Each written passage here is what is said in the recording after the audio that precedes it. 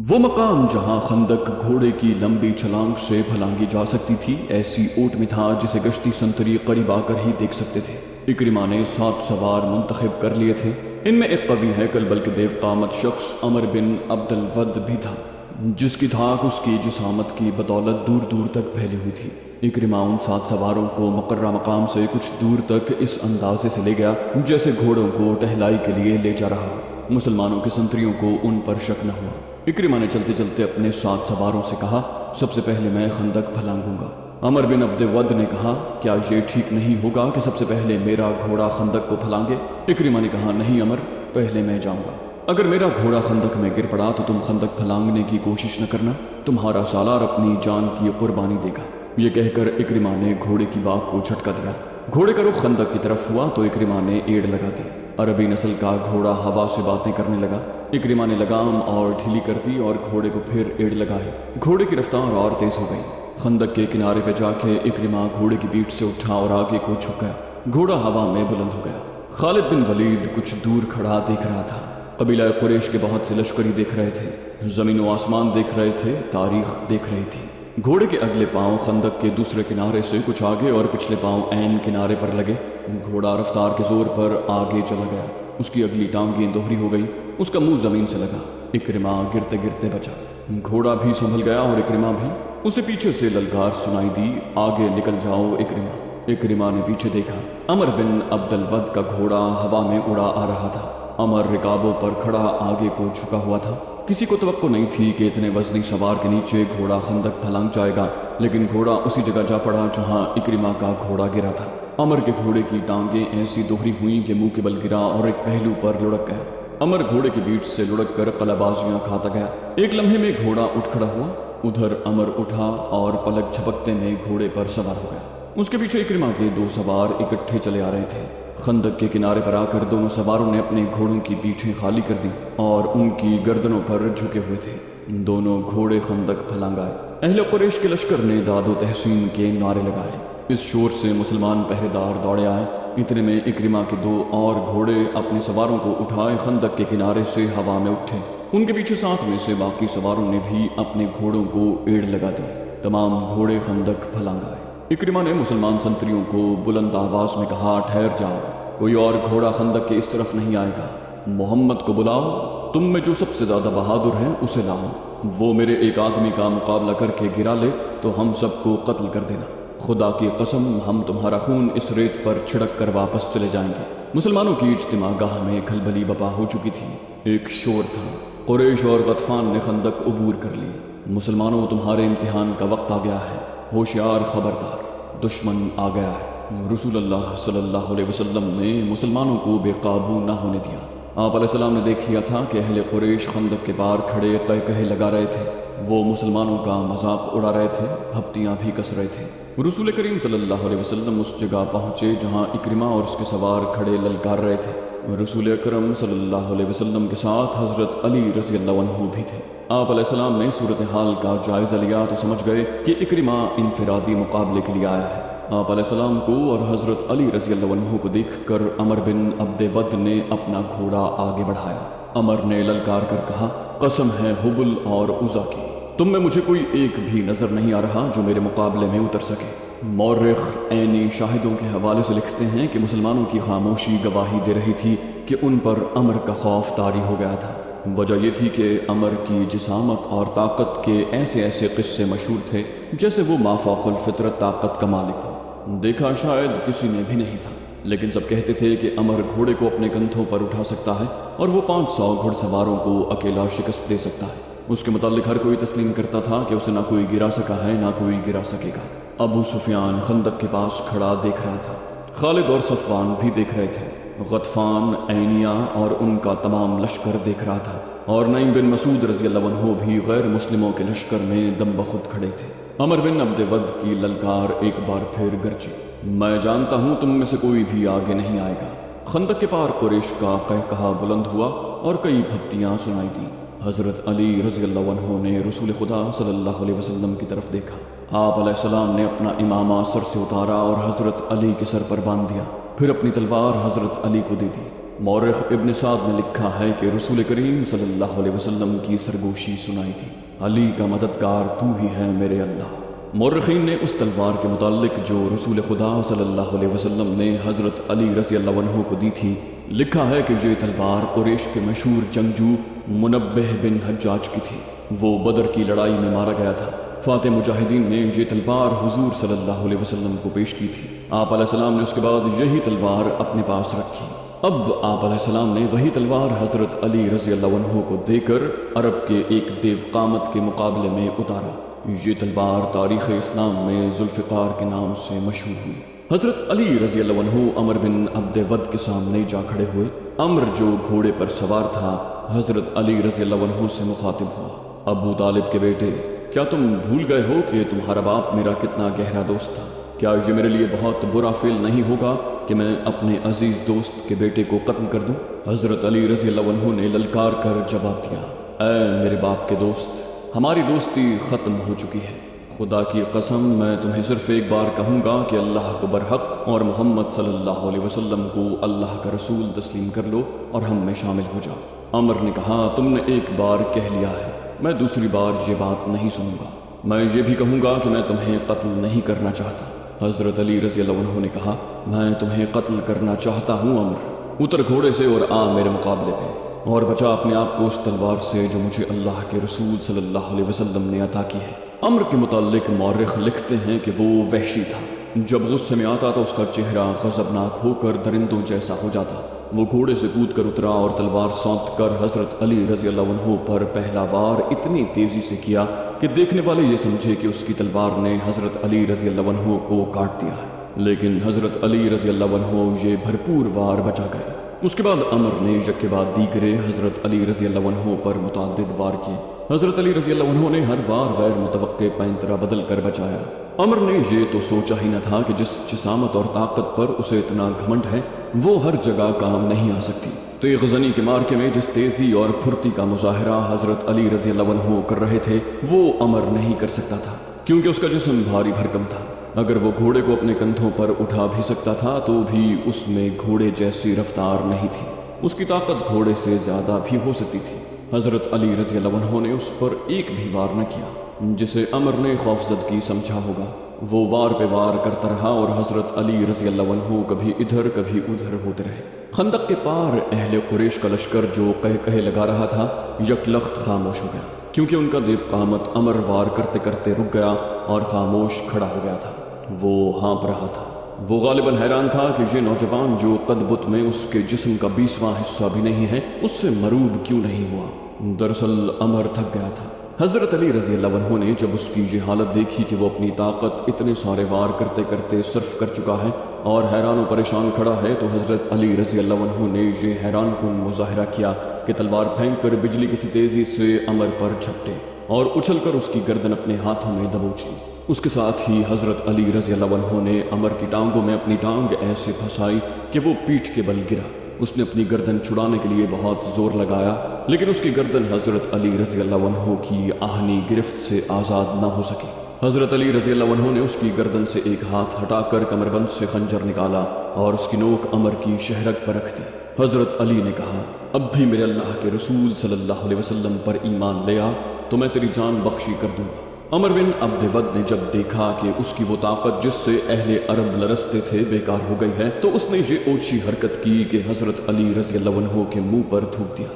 دیکھنے والے ایک بار پھر حیران رہ گئے، کیونکہ حضرت علی رضی اللہ عنہ خنجر سے اس کی شہرگ کاٹ دینے کی بجائے اٹھ کھڑے ہوئے۔ انہوں نے خنجر کمربند میں اڑس دیا اور ہاتھوں سے اپنا چہرہ صاف کیا۔ عمر اب اس طرح اٹھا جیسے اس کے جسم کی طاقت ختم ہو چکی ہے۔ صرف اسے ہی نہیں، ہر کسی کو توقع تھی کہ حضرت علی اسے زندہ نہیں اٹھنے دیں گے، لیکن حضرت علی رضی اللہ عنہ بڑے آرام سے پیچھے ہٹے۔ انہوں نے کہا، عمر، میں نے اللہ کے نام پر تیرے ساتھ زندگی اور موت کا مقابلہ کیا ہے، لیکن تو نے میرے منہ پر تھوک کر میرے دل میں ذاتی دشمنی پیدا کر دی ہے۔ میں تجھے ذاتی دشمنی کی بنا پر قتل نہیں کروں گا، کہیں ایسا نہ ہو کہ میرے خدا کو میرا یہ انتقام اچھا نہ لگے۔ جا یہاں سے اپنی جان لے کر واپس چلا جا۔ عمر بن عبد ود شکست تسلیم کرنے والا آدمی نہیں تھا۔ مورخ لکھتے ہیں کہ میدان میں اس کی یہ پہلی ہار تھی جسے وہ برداشت نہ کر سکا۔ اس نے اپنی ہار کو جیت میں بدلنے کے لیے یہ اوچھی حرکت کی کہ تلوار نکال کر حضرت علی رضی اللہ عنہ پر جھپٹ پڑا۔ حضرت علی رضی اللہ عنہ اس حملے کے لیے تیار نہیں تھے، لیکن ان کی کامیابی کے لیے رسول خدا نے خدا سے مدد مانگی تھی۔ عین وقت پر جب عمر کی تلوار اور حضرت علی رضی اللہ عنہ کی گردن میں 2-4 لمحوں کا فاصلہ رہ گیا، حضرت علی رضی اللہ عنہ نے اپنی ڈھال آگے کر دی۔ عمر کا وار اس قدر زوردار تھا کہ اس کی تلوار نے حضرت علی رضی اللہ عنہ کی ڈھال کو کاٹ دیا۔ ڈھال حضرت علی کے کان کے قریب سر پر لگی، جس سے خون پھوٹنے لگا۔ عمر ڈھال میں سے تلوار کھینچ ہی رہا تھا کہ حضرت علی رضی اللہ عنہ کی وہ تلوار جو انہیں رسول کریم صلی اللہ علیہ وسلم نے دی تھی اتنی تیزی سے حرکت میں آئی کہ عمر کی گردن کٹ گئی۔ گردن پوری نہ کٹی لیکن شہرگ کٹ چکی تھی۔ عمر کی تلوار اس کے ہاتھ سے چھوٹ گئی، اس کا جسم ڈولنے لگا۔ حضرت علی رضی اللہ عنہ نے اس پر دوسرا وار نہ کیا، انہوں نے دیکھ لیا تھا کہ یہی وار کافی ہے۔ عمر کی ٹانگیں دوہری ہوئیں، اس کے گھٹنے زمین پر لگے اور وہ لڑک گیا۔ عرب کی مٹی اس کا خون چوسنے لگی۔ خندق کے پار دشمن کے لشکر پر ایسا سکوت طاری ہو گیا جیسے پورے کا پورا لشکر کھڑے کھڑے مر گیا۔ اب مسلمانوں کے نعرے گونج رہے تھے۔ عربوں کی رسم کے مطابق اس مقابلے کا دوسرا مرحلہ شروع ہو گیا تھا۔ مسلمانوں کے ایک جیش نے اکرمہ اور اس کے باقی سواروں پر حملہ کر دیا۔ قریش کے ان سواروں کے لیے بھاگ نکلنے کے سوا اور کوئی چارہ نہ تھا۔ وہ خیریت سے پسپا ہونے کے لیے لڑے۔ اس مارکے میں قریش کا ایک آدمی مارا گیا۔ اکرمہ نے اپنا ایک گھوڑا خندق کی طرف موڑ کر بھاگ نکلنے کے لیے ایڑ لگائی۔ خندق پھلانگنے سے پہلے اکرمہ نے اپنی برچھی پھینک دی۔ ان میں سے ایک سوار جس کا نام خالد بن عبداللہ تھا خندق کو نہ پھلانگ سکا۔ اس کا گھوڑا خندق کے اگلے کنارے سے ٹکرایا اور خندق میں جا پڑا۔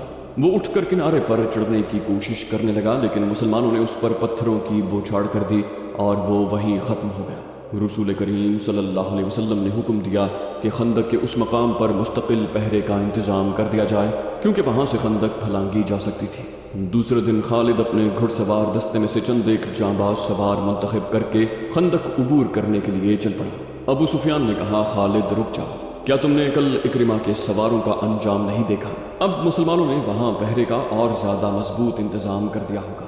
کیا یہ بہتر نہیں کہ لڑے بغیر واپس جانے کی بجائے تم میری لاش میرے گھوڑے پر رکھ کر مکہ لے جاؤ؟ خالد بن ولید نے کہا، اگر ہم ایک دوسرے کے انجام سے ڈرنے لگے تو وہ دن بہت جلد طلوع ہوگا جب ہم مسلمانوں کے غلام ہوں گے۔ اکرمہ نے خالد سے کہا، میں تمہیں نہیں روکوں گا میرے دوست، لیکن میری ایک بات سن لو، اگر تم میری شکست کا انتقام لینے جا رہے ہو تو رک جاؤ۔ تمہیں قریش کی عظمت عزیز ہے تو ضرور جاؤ۔ آج مدینے کی طرف جاتے ہوئے خالد بن ولید کو وہ لمحے یاد آ رہے تھے۔ اسے نہ اس وقت یہ خیال آیا تھا نہ آج کہ وہ یہ جانتے ہوئے بھی کہ خندق عبور کر کے بھی مارا جائے گا، نہ عبور کر سکا تو بھی مارا جائے گا، کیوں خندق کی طرف چل پڑا تھا۔ وہ 16 مارچ 627 عیسوی کے دن کا تیسرا پہر تھا۔ خالد بن ولید چند ایک منتخب سواروں کے ساتھ خندق کی طرف بڑھا۔ اس نے خندق پھلانگنے کے لیے کچھ فاصلے سے اپنے گھوڑے کو ایڑ لگائی، مگر اس مقام کے پہرے پر جو مسلمان کہیں چھپے بیٹھے تھے انہوں نے تیروں کا مہ برسا دیا۔ خالد نے لگام کو پوری طاقت سے کھینچا اور اس کا گھوڑا خندق کے عین کنارے پر جا رکا۔ خالد نے گھوڑے کو پیچھے موڑا اور اپنے تیر اندازوں کو بلایا۔ اس نے سوچا تھا کہ اس کے تیر انداز مسلمانوں پر تیر پھینکتے چلے جائیں گے جس سے مسلمان سر نہیں اٹھا سکیں گے اور وہ خندق پھلانگ لے گا، لیکن مسلمانوں نے تیر اندازی میں اضافہ کر دیا۔ مسلمان تیروں کی بوچھاڑوں میں تیر چلا رہے تھے۔ خالد کو پسپا ہونا پڑا۔ خالد اس انداز سے اپنے سواروں کو وہاں سے ہٹا کر دوسری طرف چل پڑا جیسے اس نے خندق پر ایک اور حملہ کرنے کا ارادہ ترک کر دیا۔ مورخین جن میں ابن ہشام اور ابن سعد قابل ذکر ہیں لکھتے ہیں کہ یہ خالد کی ایک چال تھی۔ اس نے چلتے چلتے اپنے سوار جیش میں مزید سوار شامل کر لیے۔ اس نے سوچا یہ تھا کہ اسے پسپا ہوتے دیکھ کر مسلمان پہرے دار ادھر ادھر ہو جائیں گے۔ اس نے ادھر دیکھا، وہاں اسے کوئی پہرے دار نظر نہ آیا۔ اس نے اپنے دستے کو خندق کے کم چوڑائی والے مقام کی طرف موڑ کر سرپٹ دوڑا دیا۔ خالد کی یہ چال صرف اس حد تک کامیاب رہی کہ اس کے 3-4 گھڑ سوار خندق پھلانگ گئے۔ ان میں خالد سب سے آگے تھا۔ مسلمان پہرے داروں نے انہیں گھیرے میں لے لیا۔ قریش کے جو سوار ابھی خندق کے پاس تھے ان پر مسلمانوں نے اتنے تیر برسائے کہ انہیں پسپا ہونا پڑا۔ خالد اور اس کے سواروں کے لیے مسلمانوں کے گھیرے سے نکلنا بہت مشکل ہو گیا۔ یہ زندگی اور موت کا مارکا تھا جو خالد نے گھوڑا دوڑا کر اور پینترے بدل بدل کر لڑا۔ اس کے سوار بھی تجربہ کار اور پھرتیلے تھے۔ ان میں سے ایک مارا گیا۔ خالد اب دفاعی مارکا لڑ رہا تھا۔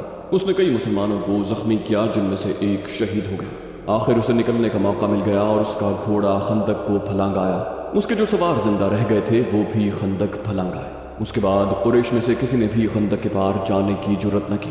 اکرمہ اور خالد کی ناکامی کے بعد قریش اور ان کے دیگر اتحادی قبائل کے لشکر میں مایوسی، جو پہلے ہی کچھ کم نہ تھی، اور بڑھ گئی۔ خوراک نہ ہونے کے برابر رہ گئی تھی۔ ابو سفیان، جو اپنے اور دیگر تمام قبائل کے لشکر کا سالار اعلیٰ تھا، پہلے ہی ہاتھ پاؤں چھوڑ بیٹھا تھا۔ خالد، اکرمہ اور صفوان نے یہ ظاہر کرنے کے لیے کہ ان کا لشکر زندہ اور بیدار ہے، یہ کارروائی جاری رکھی کہ وقتاً فوقتاً خندق کے قریب جا کر مسلمانوں کی خیمہ گاہ پر تیر برساتے رہتے۔ اس کے جواب میں مسلمانوں نے تیر اندازوں کو خندق کے قریب پھیلا دیا، جو اہل قریش کے تیر اندازوں پر جوابی تیر اندازی کرتے رہے۔ تیروں کے تبادلے کا یہ سلسلہ صرف ایک دن صبح سے شام تک چلا۔ اہل قریش، غطفان اور دیگر قبائل جس محمد کو شکست دینے آئے تھے، وہ محمد صلی اللہ علیہ وآلہ وسلم کسی ملک کے بادشاہ نہیں تھے، وہ خدا کے رسول صلی اللہ علیہ وسلم تھے۔ خدا نے انہیں ایک عظیم پیغام دے کر رسالت عطا کی تھی۔ آپ علیہ السلام نے خدا سے مدد مانگی۔ خدا اپنے رسول صلی اللہ علیہ وسلم کو کیسے مایوس کرتا۔ اس کے علاوہ مدینہ کے اندر مسلمانوں کی عورتیں اور بچے دن رات اپنی کامیابی اور نجات کی دعائیں مانگتے رہتے تھے۔ یہ دعائیں کیسے رائگاں جاتی۔ 18 مارچ 627 عیسوی بروز منگل مدینہ کی فضا خاموش ہو گئی۔ سردی خاصی تھی، ہوا بند ہو گئی، موسم خوشگوار ہو گیا، لیکن یہ طوفان سے پہلے کی خاموشی تھی۔ اچانک آندھی آ گئی جو اس قدر تیز و تند تھی کہ خیمے اڑنے لگے۔ جھکڑ بڑے ہی سرد تھے۔ آندھی کی تندی اور اس کی چیخوں سے گھوڑے اور اونٹ بھی گھبرا گئے اور رسیاں تڑوانے لگے۔ مسلمانوں کی اجتماع گاہ صلہ کی پہاڑی کی اوٹ میں تھی، اس لیے آندھی انہیں اتنا پریشان نہیں کر رہی تھی جتنا مکہ کے لشکر کو۔ قریش کھلے میدان میں تھے، آندھی ان کا سامان اڑا رہی تھی، خیمے اڑ گئے یا لپیٹ دیے گئے۔ لشکر کے سردار اور سپاہی اپنے اوپر ہر وہ کپڑا ڈال کر بیٹھ گئے تھے جو ان کے پاس تھا۔ ان کے لیے یہ آندھی خدا کا قہر بن گئی تھی۔ اس کی چیخوں میں قہر اور غضب تھا۔ ابو سفیان برداشت نہ کر سکا، وہ اٹھا، اسے اپنا گھوڑا نظر نہ آیا۔ قریب ہی ایک اونٹ بیٹھا تھا۔ ابو سفیان اونٹ پر چڑھ بیٹھا اور اسے اٹھایا۔ مورخ ابن ہشام کی تحریر کے مطابق ابو سفیان بلند آواز سے چلانے لگا، اے اہل قریش، اے اہل غطفان، کعب بن اسد نے ہمیں دھوکہ دیا ہے۔ آندھی ہمارا بہت نقصان کر چکی ہے، اب یہاں ٹھہرنا بہت خطرناک ہے۔ مکہ کو کوچ کرو، میں جا رہا ہوں۔ اس نے اونٹ کو مکہ کی طرف دوڑا دیا۔ خالد کو آج وہ منظر یاد آ رہا تھا۔ تمام لشکر جسے مکہ سے مدینہ کی طرف کوچ کرتے دیکھ کر اس کا سینہ فخر سے پھیل گیا تھا اور سر اونچا ہو گیا تھا۔ ابو سفیان کے پیچھے پیچھے ڈری ہوئی بھیڑوں کی طرح جا رہا تھا۔ خالد اور عمر بن العاص نے اپنے طور پر سوچا تھا کہ ہو سکتا ہے مسلمان عقب سے حملہ کر دیں، چنانچہ انہوں نے اپنے سوار دستوں کو اپنے قابو میں رکھ کر لشکر کے عقب میں رکھا ہوا تھا۔ ابو سفیان نے ایسے حفاظتی اقدام کی سوچی ہی نہ تھی۔ اس پسپا ہوتے لشکر میں وہ آدمی نہیں تھے جو مارے گئے تھے، اور اس لشکر میں نعیم بن مسعود رضی اللہ عنہ بھی نہیں تھے۔ قریش کا لشکر چلا تو نعیم رضی اللہ عنہ آندھی سے فائدہ اٹھاتے ہوئے خندق میں اتر گئے اور رسول کریم صلی اللہ علیہ وسلم کے پاس پہنچ گئے۔ آج خالد مدینہ کی طرف اسی راستے پر جا رہا تھا جس راستے سے اس کا لشکر ناکام واپس گیا تھا۔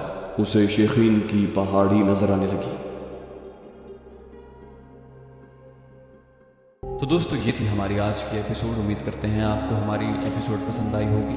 جانے سے پہلے اس ویڈیو کو لائک، شیئر اور کامنٹ کرنا مت بھولیے، اور اگر آپ ہمارے چینل پر نئے ہیں تو اسے سبسکرائب کیجیے اور بیل آئیکن پر کلک کیجیے تاکہ آپ کو تمام ویڈیوز فوراً ملتی رہیں۔ اگلی ویڈیو تک کے لیے اپنا خیال رکھیے۔ اللہ حافظ۔